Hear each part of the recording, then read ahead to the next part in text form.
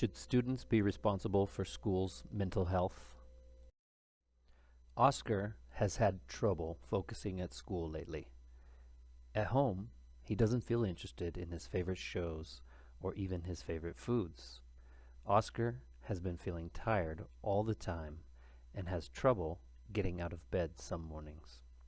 Sometimes he thinks that everything seems hopeless or that maybe he's just a loser.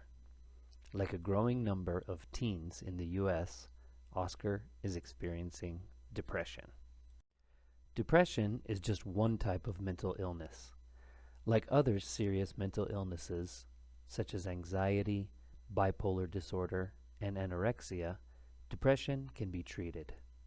Therapy, medication, supportive relationships, and lifestyle changes contribute to helping people manage depression and enjoy their lives. Even for people who do not have a diagnosed mental illness, it is important to work toward good mental health.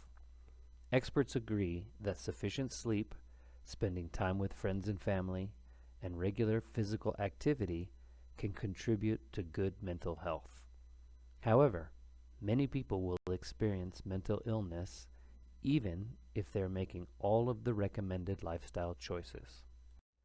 People often have considerable difficulty talking about mental illness. Students might be afraid that they will be bullied or isolated if others know that they have a mental illness. This could stop them from seeking the help they need.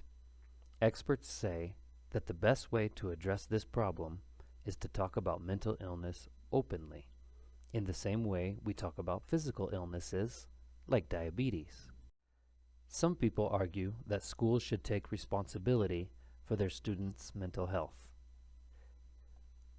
They say it is an educational issue because it contributes to student success in school. Also, families may not have sufficient knowledge or resources to help children on their own. Some people may point to schools that have addressed mental health and have demonstrated improved student achievement overall. But some schools may not have sufficient resources to provide student mental health services. Only 3 states in the U.S. meet the recommended number of counselors and psychologists for the number of students they serve. Many schools do not have sufficient money to hire trained counselors and start successful mental health programs. Some people say that schools should not be responsible for students' mental health. They argue that it is a private issue and that parents and students themselves should be responsible for mental health. They may argue that it is not a valid use of schools' limited resources, since schools are meant to focus on academics. They may also say that it is not fair to spend money on services that will not be used by all students. What do you think? Should schools invest more in addressing student mental health or stay focused on academics?